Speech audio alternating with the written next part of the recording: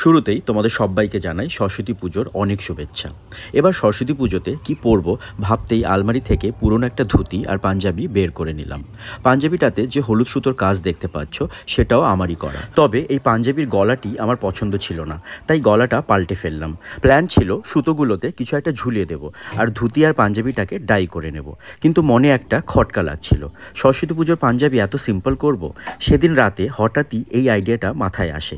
বাচ্চাদের খেলার যে ক্লেগুলো হয় সেগুলো দিয়ে বোতাম বানাবো এবং মা সরস্বতীর সিম্বল বলতে যা বোঝায়, যেমন পদ্ম, হাঁস, বেদ, বীণা, সেগুলো বোতামে আঁকবো। আমি কোনো দিন এই রেডিমেড ক্লে ইউজ করিনি।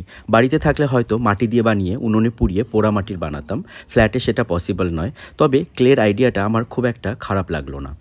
তোমাদের আইডিয়াটা কেমন লাগলো আমাকে কমেন্টে অবশ্যই জানিও।